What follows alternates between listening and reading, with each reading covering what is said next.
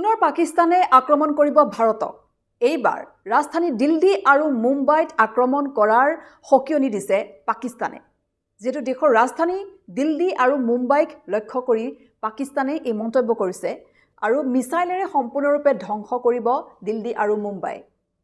যেটো মধ্যপ্ৰাচ্যৰ যুদ্ধ এতিয়া চলি আছে আৰু মধ্যপ্ৰাচ্যৰ যুদ্ধৰ বাবে এতিয়া শংকিত হৈ পৰিছে পাকিস্তান। কাৰণ পাকিস্তানৰ যেটো সমৰ্থন আছে ইৰানৰ প্ৰতি আৰু এনে পৰিপ্ৰেক্ষিতত যদি কিবা কাৰণত আমেৰিকাই পাকিস্তানক আক্ৰমণ কৰে তেনেহলে আমেৰিকাক আক্ৰমণ যেহেতু পাকিস্তানে কৰিব নোৱাৰে সেইবাবে প্ৰতিশোধ লবৰ বাবে ভাৰতত আক্ৰমণ চলাব পুনৰ পাকিস্তানে আৰু লক্ষ্য কৰি লৈছে তেওঁলোকে দিল্লী আৰু মুম্বাই।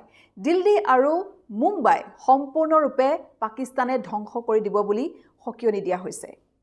আসলতে এই মন্তব্যটো কৰিছে পাকিস্তানৰ প্ৰাক্তন এগৰাকী উচ্চায়ুক্তই আৰু তেওঁ এক্স হেণ্ডেলত এই মন্তব্য কৰিছে আৰু এই মন্তব্য হাস্যকৰ মন্তব্যক লৈ এতিয়া সামাজিক মাধ্যমত সৃষ্টি হৈছে প্ৰতিক্ৰিয়াৰ।